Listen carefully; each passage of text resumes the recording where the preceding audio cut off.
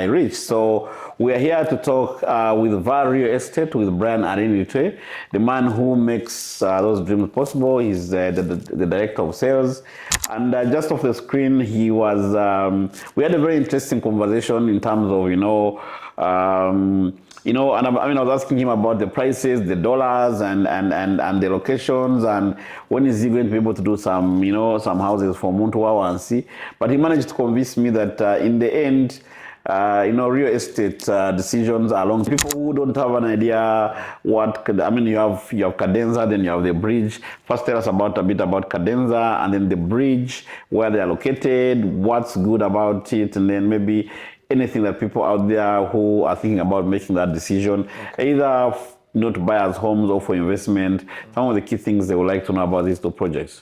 Two towers connected by a sky bridge with all kinds of amenities. They're hoping 25 different amenities in one single building, literally to match the lifestyle of Kololo. For those of us who have been born and raised in Uganda, Kololo has that aspirational, it's an aspirational location you want to live in. So I wanted to come up with a project that matches the destination itself. Place is the soil stable enough to withhold that structure you're putting. You don't want people to invest their money 10 years down the road, the building has cracks.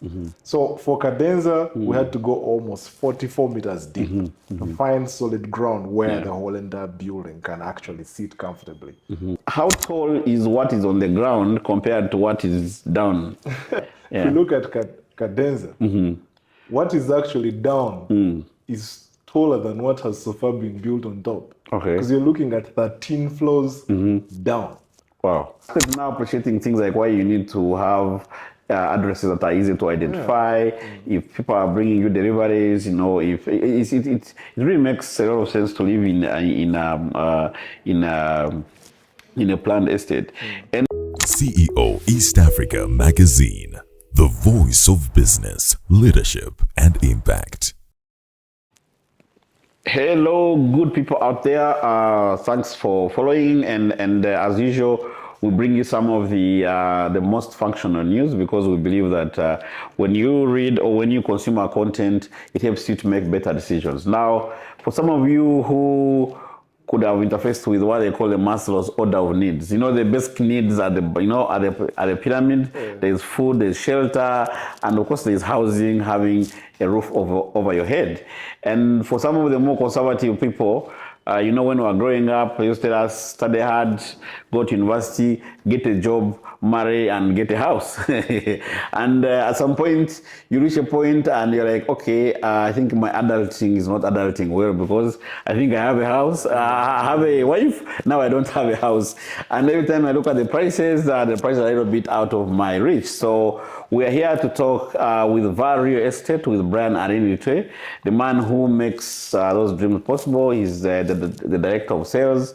And just off the screen, he was, we had a very interesting conversation in terms of, I was asking him about the prices, the dollars, and the locations, and when is he going to be able to do some, some houses for Muntu. But he managed to convince me that in the end, real estate decisions are long-term decisions. You're investing for the long haul, so you shouldn't necessarily go for Muntu. So pricing shouldn't necessarily be the issue that you're looking at, but we will dig into all those issues. So, but for starters, first tell us about who you are and what you've been up to lately. Well, thank you very much for having me. Brian Arineitwe is my name. I serve at VAAL Real Estate as head of sales. 2 years already of us being in the market, lots of things changing. We're literally changing Kampala's skyline. 1 year, almost every other year we've had a project to launch.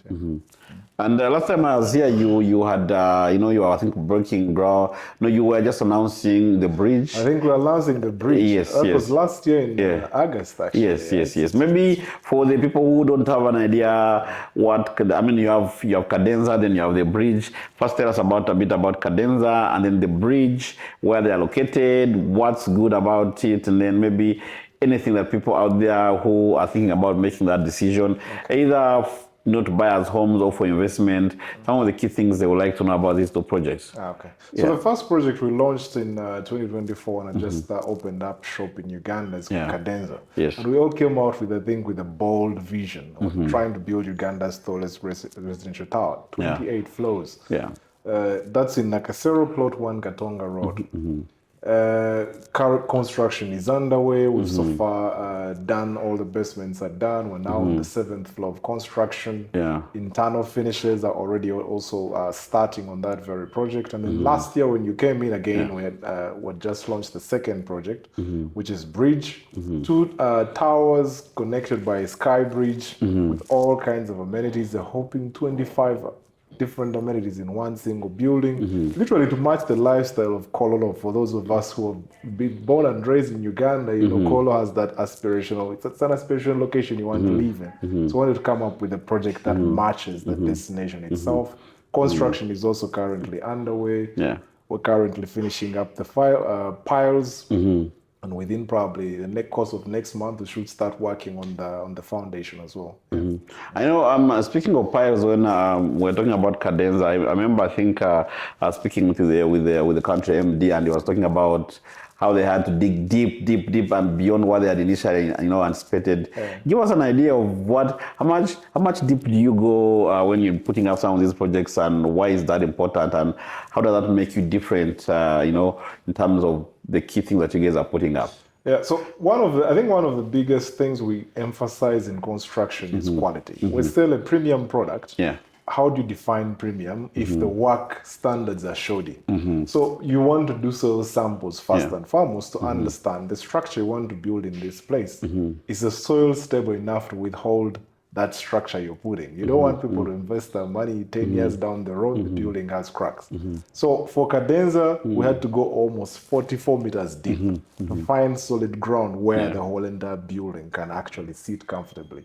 We did that for almost 149 piles. Okay. The shortest ones, 33 meters, all the way up to Katonga, 44 meters. Now you would assume that we're in Uganda, Nakasero is a hill, so the soil should be very stable. I mean, that's what we all believe, that when you're in a hill, the hills are stable, so And then you go to Kololo, which is also another hill, and then when I tell you I'm also doing piles there, yes, the amount is not the same as Nakasero, but we're doing 49 in Kololo. Okay. But that is also based on the fact that really you want to give someone value back for money. If someone is paying you that much, then the best you can do is give them value. Okay. Real estate should not just be for now. You have to look at what happens. How does someone build generational wealth? It's through real estate, and for that to happen, it has to withstand the test of time. But I think what you're saying is important, because I remember, there's this talk about the expressway, the entire expressway being one of the most expensive projects. I used to think like that until one time I heard the ED of UNRA saying that for each of those pillars that you see in the swamps, most of them are 60 feet and below. So then I started, maybe I've been bringing my pedestrian thinking to this whole, infrastructure thinking, because there is probably a lot more down than what you see. So in terms of perspective, how tall is what is on the ground compared to what is down? If we look at Cadenza, what is actually down is taller than what has so far been built on top. Okay. Because you're looking at 13 floors down. Wow. Which no one sees. Now, typical human minds, that is not value enough for them until they see it. That's what they consider. But 13 floors are actually buried deep in the ground. But that's important because you also realize that the bigger the tree, you probably find the roots are actually way bigger and probably longer than what you're seeing as the branches. Yeah, interesting. And but then for some of you, for perspective, sometimes it's hard to think the things of meters and what, but I know for the football fans, from one corner to the other is 50 meters. Yeah. So if they are telling you 44 meters below, it is almost from one corner to another, and just put that in the ground. That gives you an idea how how firmly and how firm is this foundation. So the other question I wanted to speak, and I mean, there's someone who once joked that we are, most of us, I think, are second generation villagers.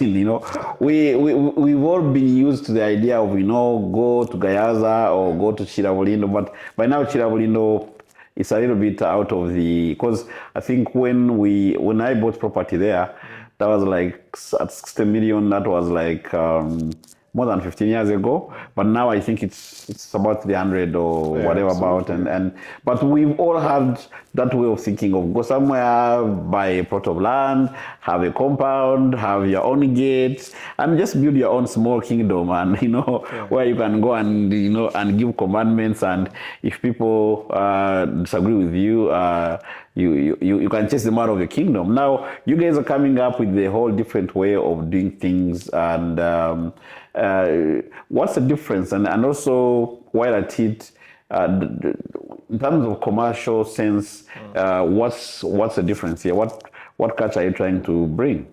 I think it's one of, you would probably see, you grew up that way. Yeah. That's what you knew. But it's also possible that the reason you knew that is because there were no other options. There was no one else providing you that option of, actually, I can build for you. So the only thing that was available, you survive. The only way to survive, go buy your own land and build, because no one else is going to do it for you. At the moment, people are traveled. Things are changing. The economy is growing. People are getting exposed. And of course, now investors like VAAL are coming up to offer these options. Yeah.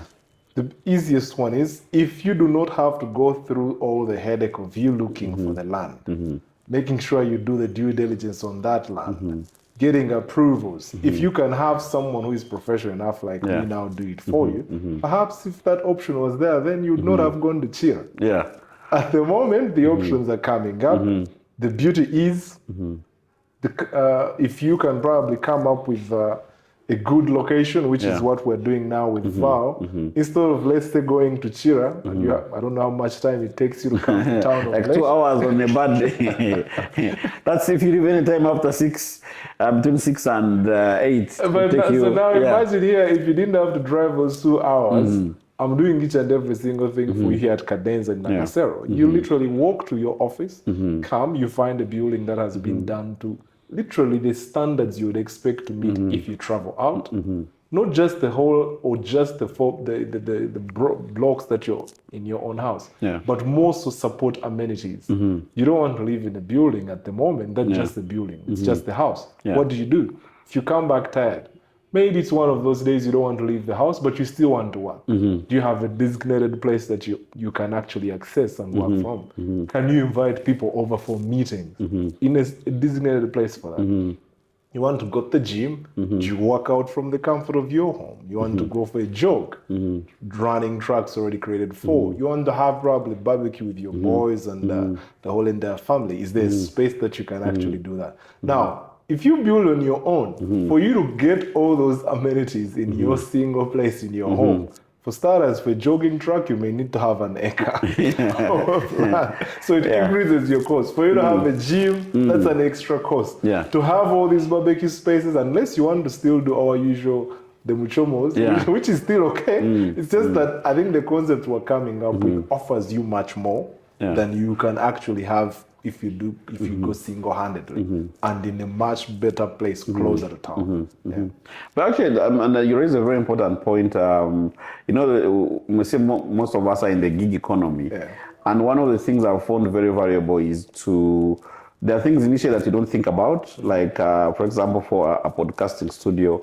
I had one that I'm putting up in my own house, but again now the challenge is, if you go in Shira and then you're directing a CEO to come to your studio, you spend like 1 hour trying to direct them. So probably I've started now appreciating things like why you need to have addresses that are easy to identify. If people are bringing you deliveries, if it really makes a lot of sense to live in in a planned estate. And maybe have you, I mean, you come up with a very interesting concept. We know people start paying in advance before the building happens. And I think in our last conversation, you were saying that at the end of the day, the 2-3 years you have to wait as you pay for the project to be finished is actually much less than if you are going to go and borrow, pay slightly higher interest, and buy a ready-made project. So ultimately, you get to have a good project, a good real estate project at a rate that you can afford. Absolutely. Or what they would call, chivanjampola.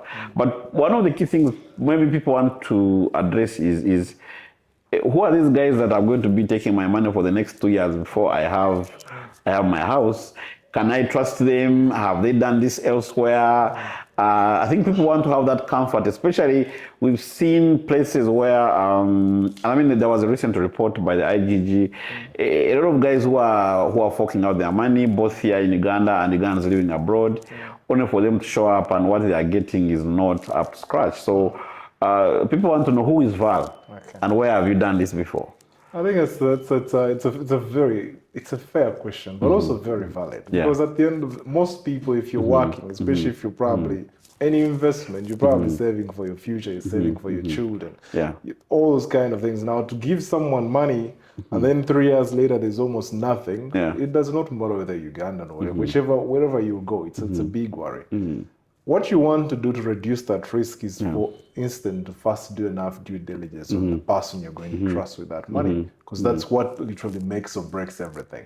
What has the person done? In the case of VAAL, you'd want to know how long have they probably even existed. Is it a briefcase company that is just mushrooming? It's just Brian speaking. But behind Brian, you want to verify who are the people behind Brian. VAAL has been in business now for close to 20 years. If I bring it close to home, if I mention now we're based in Turkey, but if I bring it close to home now in Africa, we have already 4 branches. The first one being Nairobi, and that's where we've been the longest in the African market. 10 years already there. In that very country, we've already delivered 4 projects. Now, when I say 4 projects, in most cases, someone may think the scale is maybe 1 unit or 2 or 2 houses. Combined scale is almost close to 300, about 850 units already delivered in the Kenyan market. There's already another 4 projects under construction in the same place. In Ghana, we have already 2 projects handed over. There's another 4 under construction. Uganda, where we currently are, especially for those that are around the country, it's almost in December we'll make 3 years in Uganda. But even in those 2 years, we have 2 projects there.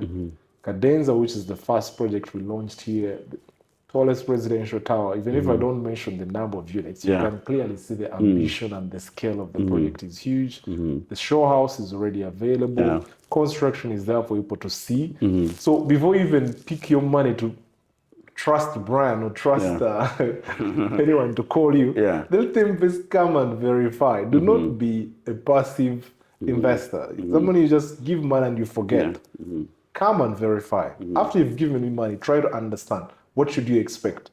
If you give me your money and you spend 3 months without hearing from me, that should be a red flag. So what we tend to do here is we want to give people construction updates regularly, at least every single month, so that they can track what we're doing with that money. You can open up, if you come to the site, it's easy for you to say, I want to see the project manager. And that project manager should be able to walk with you through the site and take you through his process. What does it take to build such a building? What is it doing? We're quite transparent in that regard. If you visit the site in Kololo where a bridge is being built up, same. So the person should be able to come and verify. Don't just take the word. See what exactly is happening. Okay. And then, in Uganda, we are... The Waganda say, like say, Amasogo Muganda Gali Mungalo, Ugandans' eyes are in the hands they want to touch. But there's also the question of who else is investing, you know, so that I could be the one who is in this thing alone. Especially, and there's this joke they like putting, you know, online that your partner could be putting you on WhatsApp status, but they have blocked everybody else. You are seeing yourself alone. You are in this thing alone. So what has been the uptake of the project so far? And do we still have places open? Can people watching out there come and buy right away, or we wait for the next project? I think so far so good. Cadenza, since we launched, 67% of the project is sold. Okay. When we launched the project, it was also important to realize that we launched lower floors all the way up to the 10th floor. So we've kept on opening up now stock into the market. Okay. For anyone now who is interested in investing in Cadenza, they will have a higher chance of getting units that are almost on the topmost floors. Okay. Those are open.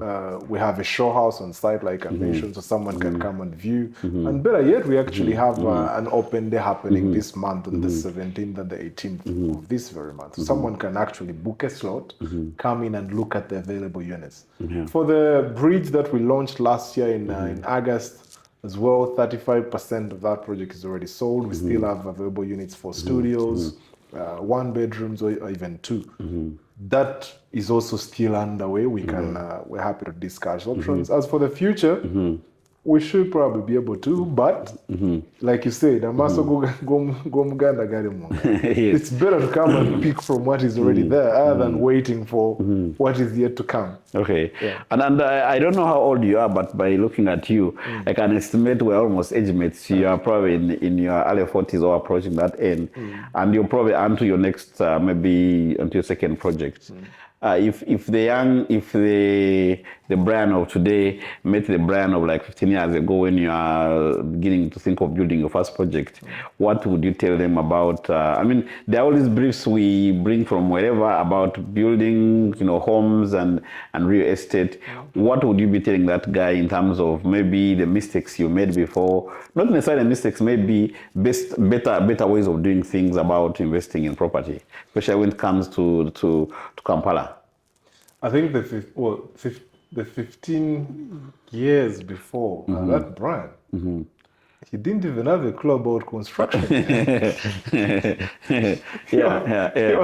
He was just going to one day and chilling, one day campus and all that, waiting to see what the world would offer. But again, quite ambitious. It's good that I think that the last 15 years have taught me to almost be like nothing is impossible for as long as you're open and willing to learn, which is now, let's say, the real estate I'm in. Today, you have an empty plot. The following day, you have a huge investment asset that is going to even outlast you and build generation wealth for other people who are investing with you. That's something massive. You just have to keep on being open and open to learning. Okay, so so if you, because I was trying to look at, we come from a place where we don't tend to, and I mean, I'm borrowing from my own experience, like every time you're building, you're doing this, then somebody comes and gives you advice, you're like, okay, I think I made a mistake, then you go this way, then you make mistakes.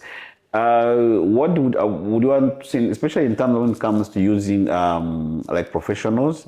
And I know one of the reasons why we fear them is maybe the costs and everything. And probably by you buying into a project that has as many homes, maybe some of these costs are already spread out, so you get to benefit. But what would you have to say about the culture of using professionals and people who are experts in the things that they are doing already? Okay. Yeah. I think it's important to realize that whether you're building your home to live or whether you're investing in real estate and you just want return on investment, just because you know me and I'm your friend and I have a truck that can carry your cement or any of these things, does not make me a professional at doing that work. Yeah.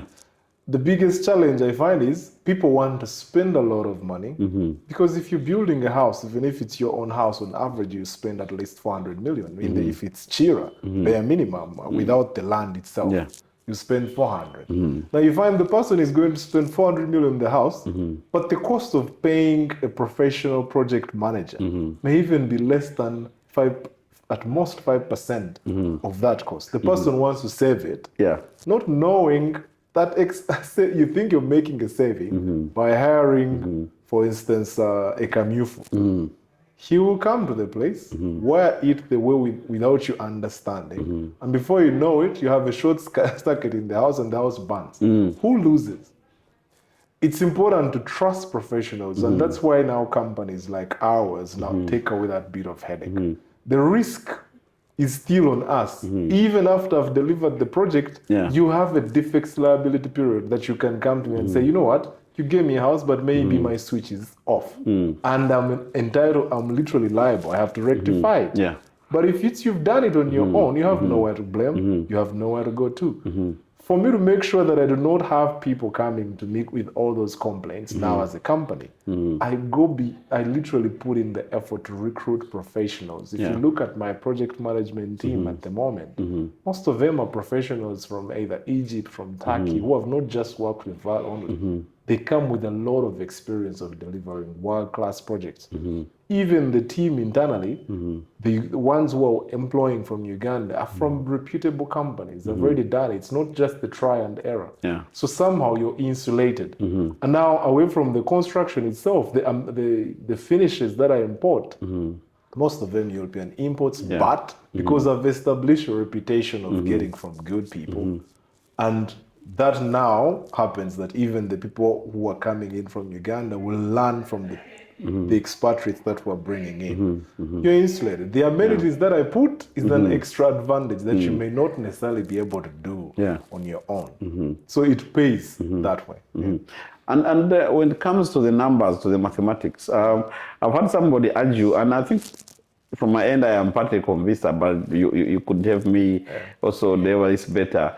We usually, when we talk about the cost of of staying in Kololo or buying property in Nakasero versus the cost of being in Gayaza or whatever, we usually tend to think initially of that first purchase price. Maybe Kololo is maybe 500 million. Maybe the same apartment in Gayaza could be 300 million. We tend to look at that other initial, but if you look at the bigger scheme of things and you add up the numbers, sometimes you may find that the Kololo property is not that expensive. What are your working numbers? What is your working assumptions? So here you're looking at, if you're probably going, it's more of what you get for the same amount. Is way much more in terms of value if you're investing in Kololo. Because in real estate, the first thing you want to consider is the location. The location determines how much whether the value will drop or whether it will increase. So if you look at, let's say, the project we launched on Impala Avenue Bridge, I have one bedrooms from about $127,000 which is so roughly about 400, about 460 in Karis at the moment. That is a unit that on average per month, even when things are bad, you will not fail to go home with at least $2,500. So almost 10 million per month. Of that 460, you're not paying it in one single go. All you're doing is paying 15% of it to get in. And then the rest, I will structure it for you to pay it over a period of 3 years, which is my handover period. So how does that help? One, you don't necessarily need to look for a loan or extra. You're just using your normal cash flows. If you're a businessman, you're also not getting your 450 million out of the business and stack it in a house in Chira. You're thinking you're investing, but you've not looked at who is going to rent it. If I choose to sell it, who is going to buy it? And if I don't sell it within the next 6 months or year, after 3 or 4 years, what is my neighbor going to build next door? Are they going to build a church? You're not sure. But areas like now Kololo, Nakasero, where we're building, surely the chances of someone coming up and putting up a church in Kololo is very little. It wouldn't make commercial sense anyway. It make commercial sense. So it means what if they demolish, the next thing they will put will almost match what I'm doing. Where you're protected.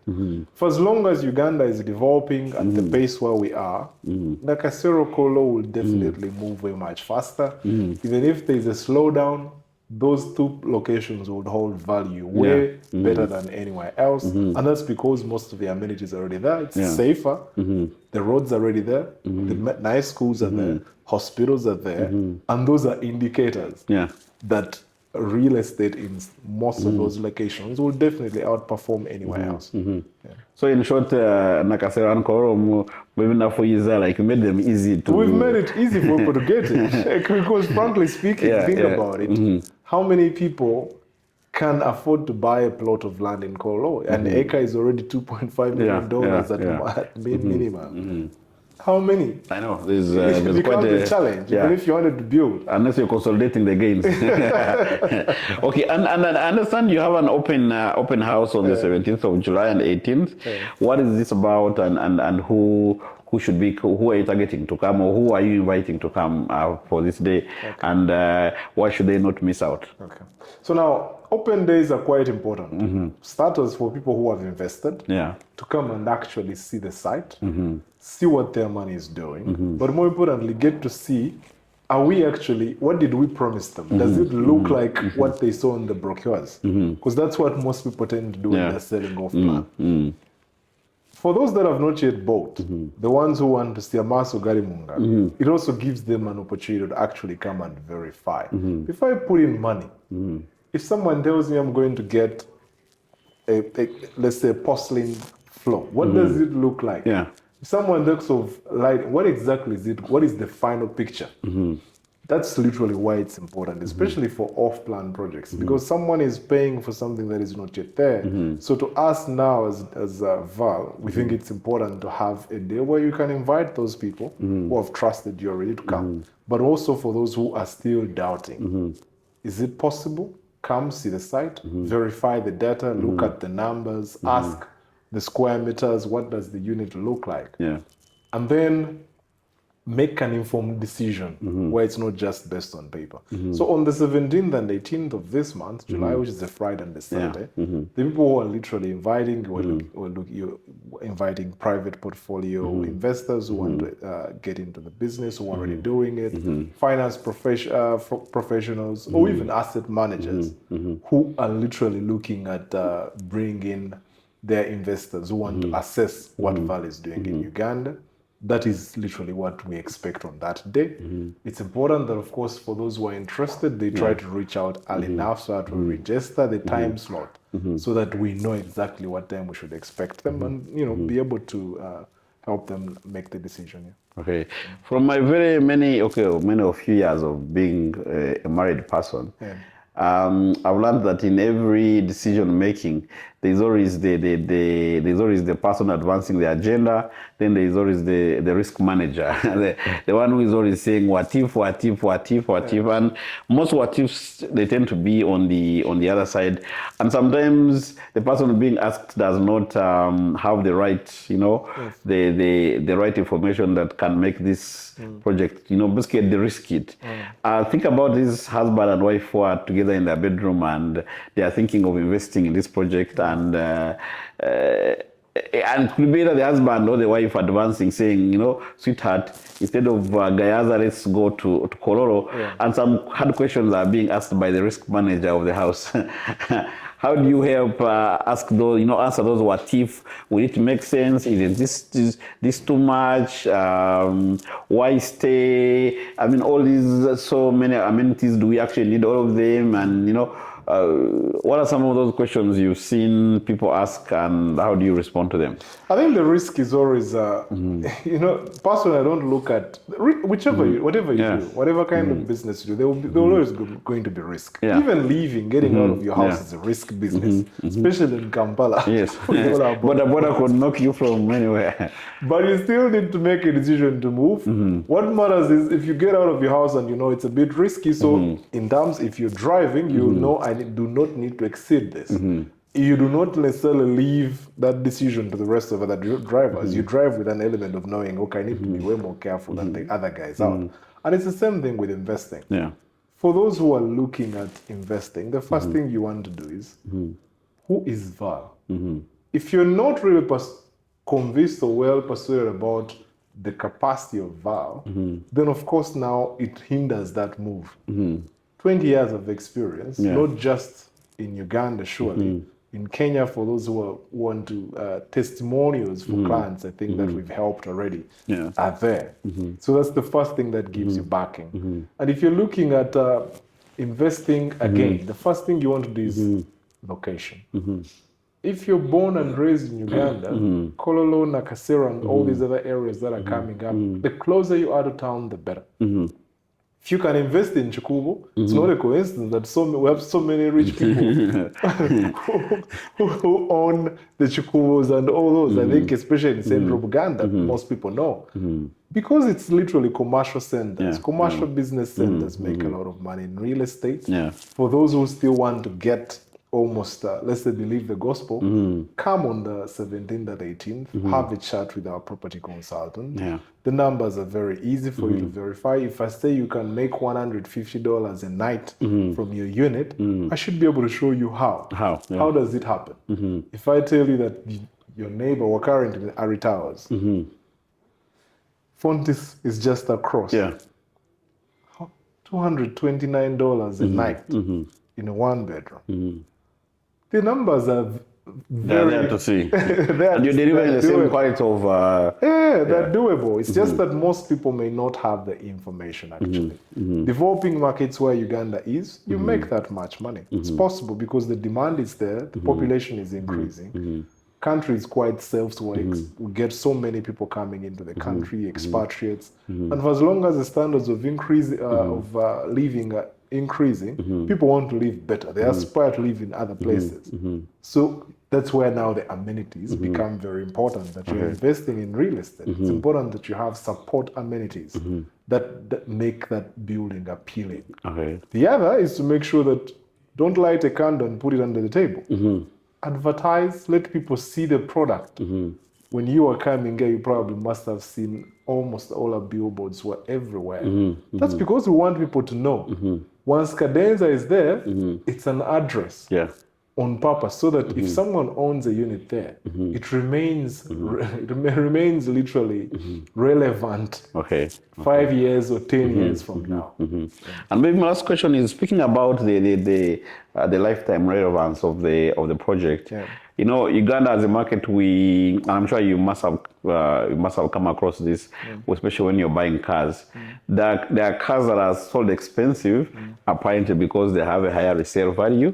But if you like Subarus or the European cars, they'll be like, this one you buy, but getting, you know. So and even in real estate, I mean, whereas today I could be buying for a home, that's a little bit like straightforward. But different people are buying for different reasons. Maybe today I could be buying as an investment, but along the way I want to change my investment portfolio, maybe go into unit trust, treasury bond or something. Once I have bought into the project, what are the other prospects? How easy is it to be flexible within my investment plans? You know, for example, maybe rented. I mean, because you're talking about renting it. I'm here failing to manage myself very properly. Then now you're asking me to also start managing properly. What are the other options available that come with the advantage of buying into this project? So I think one of you could probably say building, especially if you're building average houses, that's very easy. If you do not want the building to literally become irrelevant 2 years from now, the first thing you want to do, put in emphasis on the design. Is it something that is appealing now and will be appealing maybe 10, 20 years from now, based on what you have seen as the standards out in the developing countries? 28 floors for residential tower in Uganda, surely it is the first of its kind. So it will take a while for someone to come up with less than 40 or 50. That gives you assurance. But you're not just building as a building itself, where it's located as well. Nakasero, Plot 1, Katonga Road, right next to the golf course. Like, there's a lot happening to support the building. And then now the amenities that make it appealing. It's as good as staying in a hotel, but in a residential building. Now, to make sure that the building does not lose its appeal, you also now make sure that you get a developer who is not just going to build and abandon you. And that's where we come in. VAAL does not just build, we manage the building. Once we deliver, we stay to manage the building. So we're almost like partners. Yeah. For those who are now, that is now to clean the building, make sure the amenities are okay. You don't have to worry about security, what is happening. We do all that. Yeah. Then for now, someone like you already have a house, but you're doing an investment that you want to earn passively from. How are you going to get the tenants? You don't want the tenant to call you at 2 in the night because the light bulb is off. That's what we stay to do. Oh, okay. We can manage the tenants, collect rent, but even before that, screen, because the tenant can break or make that property. If you bring in a tenant who does not understand value, before you know it, your sanitary is broken down, the walls are all messy. So we stay to actually screen the tenants, bring them in, manage, take away that headache, collect the rent, and send it to your bank account. So it's as good as almost, just imagine if you got money and you fixed it with the bank. They'll give you an interest, but you don't care what they do with the money. For as long as your money is safe, the principal, and the interest they promise you. It's what we're doing in real estate. You buy, there's a fixed price that you pay for that unit. You hold that value. It will appreciate, of course, because it's an off-plan project. Once it's there, you decide. Do you want us to resell it at that moment? When it's complete? When it's complete. Do you want to resell? Do you want to hold? And do you want us to collect rent for you? The options are there. Ah, okay. I think that's a whole just interesting way of doing things. And I think recently I was doing an interview with one of the major property developers, the chairman of the Operator Group, and I was asking him what's that lesson you've learned in real estate investment. Actually, I asked him for 3 reasons, and he told me location, location, and location.